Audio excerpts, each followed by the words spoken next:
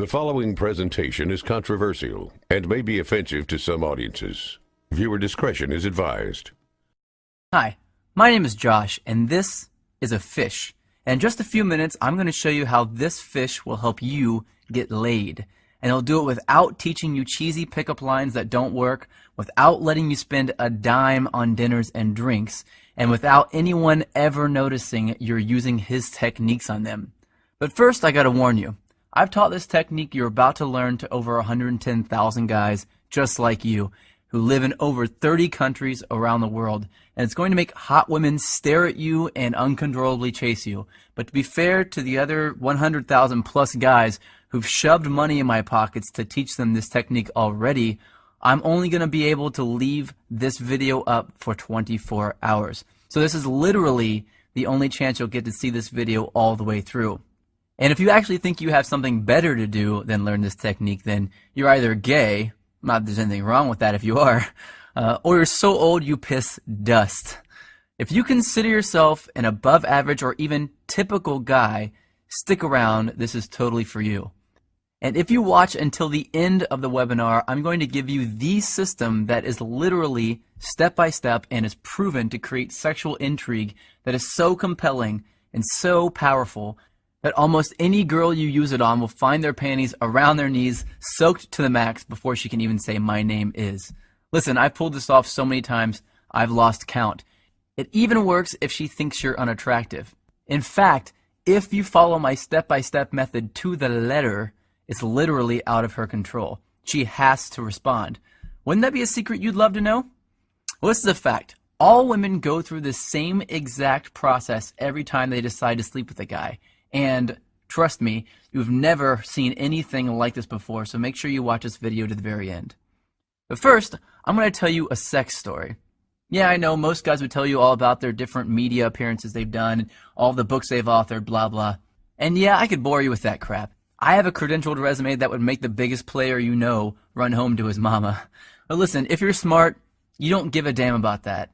And I bet you don't. You probably just want the juice, the secret sauce. And I'm going to get to that in just a few seconds, right after my sex story. Deal? Cool.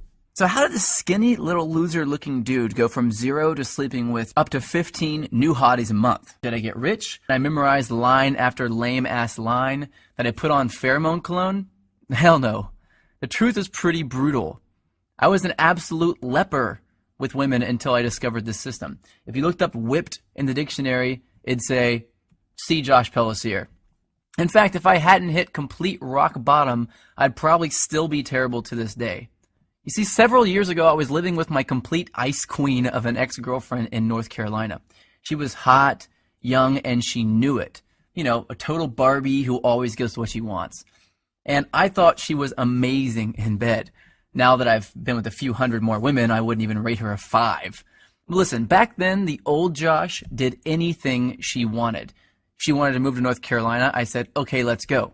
She wanted to keep in touch with her ex-boyfriend. I told her, it's okay, I understand. She wanted me to pay for the apartment. I didn't want to look like a deadbeat, so I said, I'll work 2 jobs, no problem. I just wanted to make her happy. But one brutally hot day, I come home from a 14-hour shift at the coffee shop I worked at to find her freaking out. She told me that her dad was making a surprise visit, and she never told him that she was dating anyone, and definitely not that she was living with someone. And the worst part, he was showing up that night. So she told me to get all my stuff and leave the house for a couple of days so he wouldn't find out that I lived there with her. And, like the little boy that I was, I left.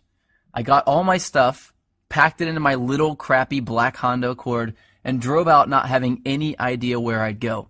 I didn't have any friends in town, and I was way too proud to ask some random person if I could stay with them, so I drove around until I found a vacant house that was for sale, and I parked behind it hoping no one would notice me sleeping in my car.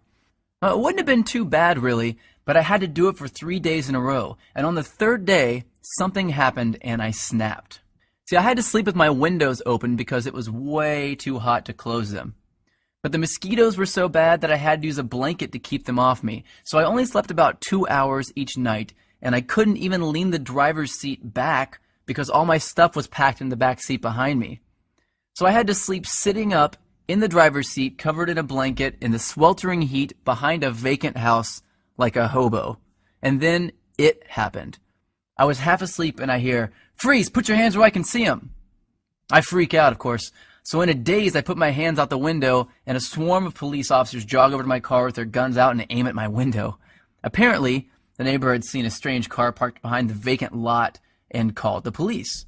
I guess I would have done the same thing. After they calmed down and realized I wasn't some national threat, they asked me what I was doing there. And that's when I did it. I told them that my girlfriend's dad was in town, and he didn't know we were dating, so I had to sleep in my car for a few days. That's when one cop turned off his flashlight, looked at the other cop in complete disbelief, and turned to me and said, "Seriously?" I was tired and I didn't have the energy to explain more, so I just said, "Yeah." I think he was still trying to be professional, so he told me that I needed to go somewhere else, and he told me to try sleeping in the Walmart parking lot. And as he was turning to walk back to his car, I heard him say, "Poor bastard." The rest of the night, I did some serious thinking. I sort of had to because I couldn't go to sleep. Have you ever been so tired that you can't fall asleep? Well, that was me. I just sort of woke up and realized that I was a complete and utter wuss. I was a sorry excuse for a man. If my dad knew how much of a wuss I'd become, he'd be disappointed. So that night, I wrote a note to myself on a piece of notebook paper that said, "I will get this attraction thing handled, or I will die trying." I still carry that note around with me to this day. So I grabbed the first thing I knew to look at out of my back seat, my psychology notebook from when I went to college in Florida. I opened randomly and I started reading, and I didn't know if I was delirious from no sleep for 3 days or if something just snapped and my IQ jumped 50 points, but I suddenly noticed a theory that my professor taught me that just went in one ear and out the other. Propinquity. It's a $10 word, which is probably why I never remembered it in the first place. So I read all my notes on this propinquity thing, and I thought, well, screw it. What the hell do I have to lose? I'll try it out tomorrow.